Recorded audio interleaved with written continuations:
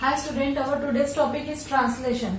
Means the second process of protein synthesis. Earlier, as we all are seen that now that protein synthesis consists of the two step or completed within a two step. First is the transcription, as we all are seen that process already in the previous videos. Now next process it is called as translation. ठीक है, फिर protein synthesis के second step का नाम है translation. तो translation यानी क्या, मैंने आप लोगों को बताया था कि formation of polypeptide chain on the mRNA is it considered to be the translation. फिर एक टिपिकल डेफिनेशन अगर ट्रांसलेशन की देखी जाए तो translation is the mechanism in which the codon of the mRNA. कहाँ के codon? It is the mechanism in which the codon of mRNA are translated and specific amino acids in a sequence form a polypeptide chain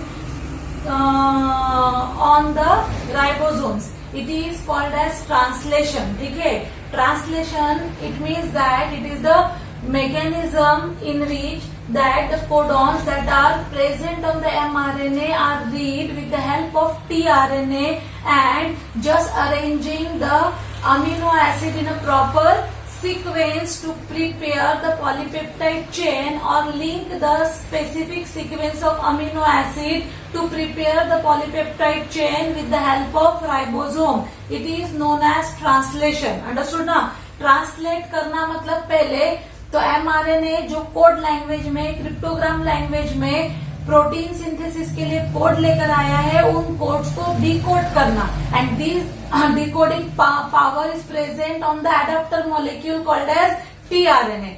tRNA decoded that code present on the mRNA and just arranging the amino acids in a proper sequence. As we all are knows that non-ambiguous nature, each codon having a specific amino acid. मतलब हर amino acid के लिए specific codons available है और हर code के लिए एक code एक ही amino acid को स्पेसिफाई करता है. इसीलिए जब एमआरएनए के कोड ट्रांसलेट किए जाते हैं तो उस ट्रांसलेशन के हिसाब से वो specific amino acid peptide linkage में बाउंड अप हो जाता है. किसकी मदद से होता है? लेकिन राइबोसोम के. डायरेक्टली होता है क्या? नहीं. तो ये हो गई process of translation. Understood? A process of translation that is takes place inside the cytoplasm of the cell. In case of all living beings, either they are prokaryote or they are eukaryote, the process of translation takes place inside the cytoplasm. ठीक है, फिर cytoplasm पे होता है ribosome. It is the site of protein synthesis. आप लोगों को सबको पता है कि ribosomes are the protein factories. ठीक है ना, बिना राइबोसोम के प्रोटीन सिंथेसिस होना है क्या? तो नहीं हो सकता. In case of prokaryote and eukaryote both are in case of both the cells, ribosomes are essential to synthesize the protein. Then what that required for the protein synthesis or for the process of translation. तो before that आप लोग याद में रखेंगे कि all the types of cells synthesize their own protein. Understood ना? Means all cells having the power to synthesize their own protein. That's why the protein synthesis it is the intracellular process. ठीक है, कहाँ पर हो रही है? Each and every cell में. चाहे मल्टीसेल्युलर ऑर्गेनिज्म हो, लेकिन उस ऑर्गेनिज्म के इंडिविजुअल सेल में प्रोटीन सिंथेसिस की प्रोसेस कैरी फॉरवर्ड की जाती है. Because as per the requirement of the cell, cell को जिस टाइप के प्रोटीन की, जिस टाइप के एंजाइम की जरूरत है, as per requirement cell synthesizing their own protein. Because of that it is called as intracellular process. मतलब सेल के अंदर within itself ये प्रोसेस कंप्लीट की जाती है. Then the process of translation required. What it required? It required amino acids. ठीक है. Then it required mRNA. It required tRNA. Then ribosomes, different types of enzymes. ATP, adenosine triphosphate as an energy currency, Mg2 positive ions. Then the process of elongation, translocation and the releasing factors. These are the requirements that are essential for the process of translation. देखो that amino acids are the raw material for the protein synthesis. ठीक है, as you all are knows that there are of 20 different types of amino acids are present inside the cytoplasm of the cell. ठीक है, कितने type के? 20 different amino acids are responsible to form the different types of protein. ठीक है, and these amino acids are freely present in the cytoplasm of the cell. It means that amino acid act as a raw material to synthesize the particular protein। ठीक है, फिर इसके अलावा हम consider करते हैं दैट डीएनए जो mRNA को सिंथेसाइज कर रहा है। It means that master molecule कौन है? DNA. It means that DNA is responsible to control the process of protein synthesis. How it control the process of protein synthesis? It control the process of protein synthesis because it has the ability to just make the sequence of amino acid. ठीक है, by means of transcription of mRNA. mRNA पे भी जो code available है वो code DNA के दिए हुए हैं। इट मीन्स डीएनए डिटरमाइन करता है कि किस टाइप के कोड एमआरएनए पर रहेंगे, और जैसे जैसे कोड रहेंगे वही नेचर वाले सेम अमीनो एसिड वहां पर अरेंज होंगे। It means that RNA it is somehow RNA serves as a intermediate molecule in between the DNA and the protein। ठीक है ना, क्योंकि डीएनए किसको देता है? एमआरएनए को। एमआरएनए का जो ट्रांसक्रिप्शन यूनिट है, जो भी ट्रांसक्राइब्ड आया है, वो आरएनए ही किसको बनाएगा? तो सीक्वेंस ऑफ अमीनो एसिड को, जो पॉलीपेप्टाइड चेन में कन्वर्ट होने वाला है। It means that RNA serves in between. ठीक है ना, it is a intermediate part between the DNA, मतलब genetic material of an organism, and the sequence of amino acids means the polypeptide chain. ठीक है, तो प्रोटीन और DNA के बीच में कौन सर्व करता है? आरएनए सर्व करते हैं। आरएनए किससे लाते हैं? लाते हैं डीएनए से। एमआरएनए कोड लेकर आता है डीएनए से साइटोप्लाज्म में। टीआरएनए उन कोडॉन्स को डिकोड करने का काम करता है। ठीक है ना, इट मीन्स दैट एमआरएनए और tRNA both are the kinds of RNA those who are responsible to just perform the process of protein synthesis। Understood ना? इसीलिए कंसिडर किया जाता है कि RNAs act as a intermediate molecule between DNA and the protein। Then इसके अलावा आप लोगों को सभी को पता है राइबोसोम्स। ठीक है, राइबोसोम्स जो यहाँ हमने पार्ट लिया है, राइबोसोम मैंने बताया ट्रांसलेशन की प्रोसेस के लिए क्या क्या जरूरी है। अमीनो एसिड बता दिया आपको, 20 डिफरेंट टाइप्स है कैसे जरूरी है। फिर एमआरएनए टीआरएनए कैसे जरूरी है, that also I told. Then ribosomes, ribosomes means what? तो हम बोलते हैं ribosome it is the protein factory of a cell. Understood ना? It means that protein synthesis is depends upon the ribosomes. ठीक है, फिर ribosomes act as a site of protein synthesis. Understood ना? Then each ribosome is present inside the cytoplasm of a cell, but what it consists of or how it is made? So that each ribosome consists of two units. One is larger unit and another one is a smaller unit। ठीक है, large और small ऐसे दो unit ribosome के पास होते हैं, and these units are always free in the cytoplasm of a cell. मतलब वो जुड़े हुए हैं क्या?